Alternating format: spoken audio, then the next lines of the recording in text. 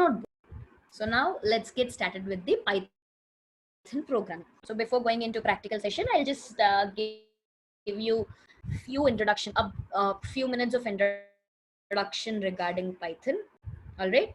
So because as you're learning artificial intelligence, Python is the one of the most used languages for building machine learning or deep learning algorithms. So that's the reason we are here with the sessions on Python.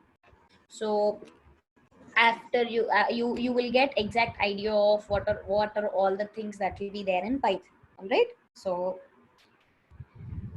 basically, Python is considered as one of the fastest growing languages that can be, you can just see the screen over here. If you see this, from 2012 to 2018, the trend of Python is being increased. So this graph is taken from the based on the Stack Overflow question, views in the World Bank high income countries. All right. So I hope every one of you know what Stack Overflow is, right? Like whenever we get stuck, we directly post our question and the community members will reply us and all, right? So if you consider the questions in the Stack Overflow, most of the people are asking about Python itself. So that's the reason, if you see that, if you see the screen, this chat will describe that Python is one of the fastest growing languages. Within just 6 years, it went above all the languages, right? So why is it becoming famous? Are there any reasons for this Python to become famous? So I'll just tell you some of the reasons why it is becoming famous. All right. The first and foremost reason is like Python is a versatile language and it can be used for web application development. It can be used for artificial intelligence. It can be used for data analytics, and it also used for robotics. It is also used for robotics. So as Python is a versatile language and it is used in many domains, it is becoming very famous. Not only these factors, there are also some other factors which are making Python very famous, be it in the terms of developers who are using it, be it in the terms of communities it has, and be it in the terms of libraries it has. So all these things are making Python famous day by day. And big technical giant companies like Google, Netflix, Uber, Instagram, everyone uses Python for one or the other purpose. So whatever the recommendation systems, whatever the artificial intelligence enabled apps uses Python at the backend. So Google truly relies on Python, and as well as Uber also for making the rides efficient. It uses Python. Netflix also used for monitoring the data. Instagram uses Django web framework, the UI for Instagram is made by Python. So these are all the companies which are using Python. Not only this, you can talk about Red Hat, you can talk about the other companies like Facebook also uses Python. So first of all, you have, as it is becoming very famous, you should know what actually Python is. Python is a general purpose, interpreted, high level, dynamically typed programming language. So whenever you search for Python definition, you will see this one only. It is a general purpose, interpreted, high level, and dynamically typed. But do you know what are all these technical jargons mean? We will discuss it one by one. And this Python has been invented by Guido von Rossum. So he is the one who introduced the Python. So what do you mean by general purpose? So the name general purpose is this can be used in any domain.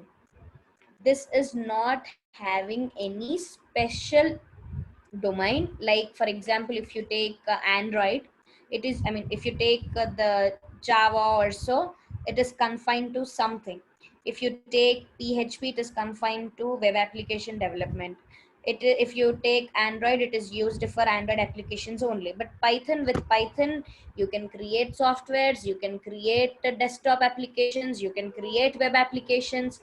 And this Python is not generic, but can be used in any of the domains. So that's the reason it is called as general purpose. It's not domain specific language.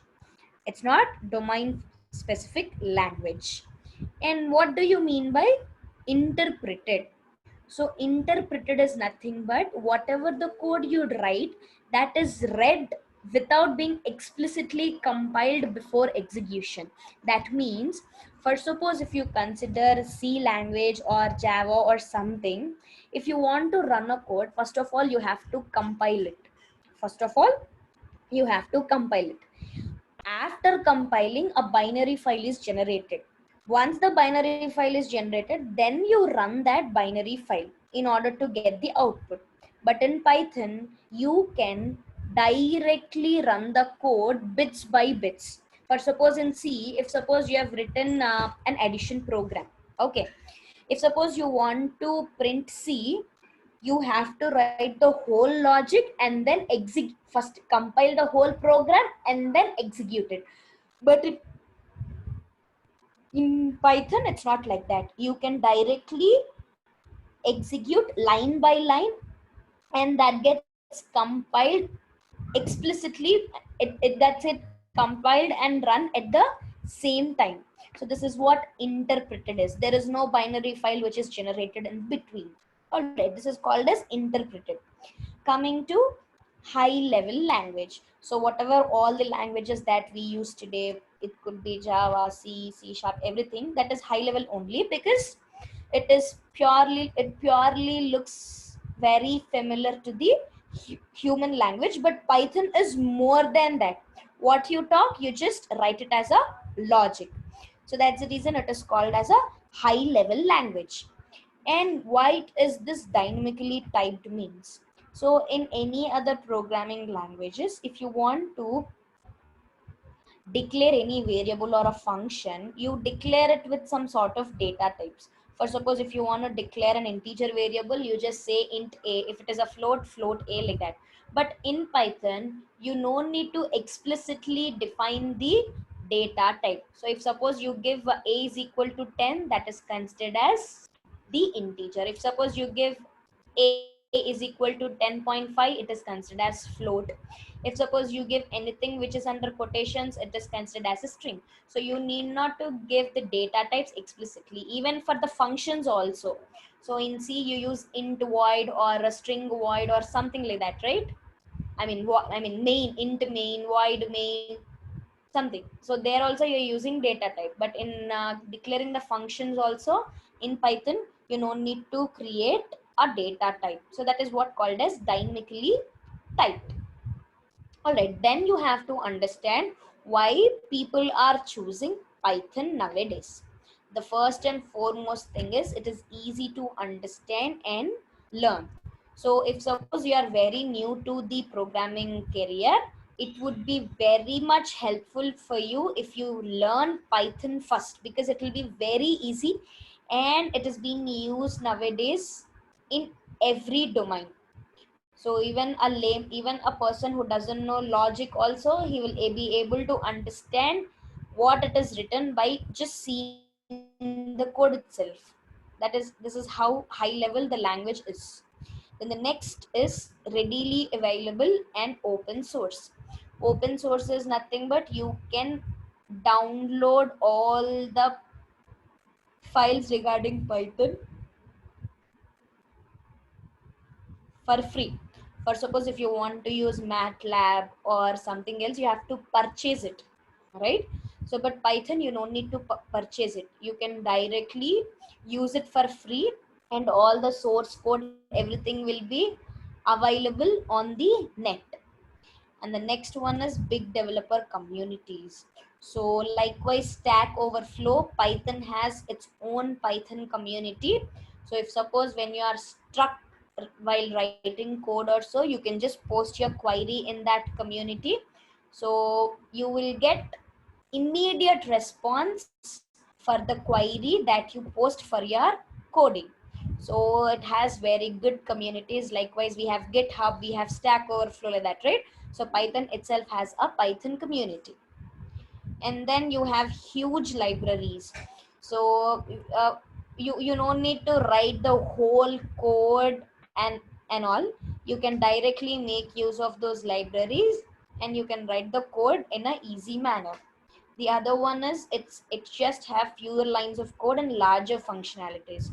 If you take just hello world program, if you want to write it in C, first of all you have to write hash include stdio.h, etc, etc, etc. It will be some sort of 4 to 5 lines. But if in Python, only one line, print hello world. That is the only line which is used for printing the hello world statement. So this is nothing but that is, it is having fewer codes of line and larger functionalities.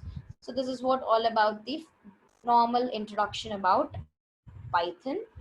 And now we'll start with the programming. All right, guys.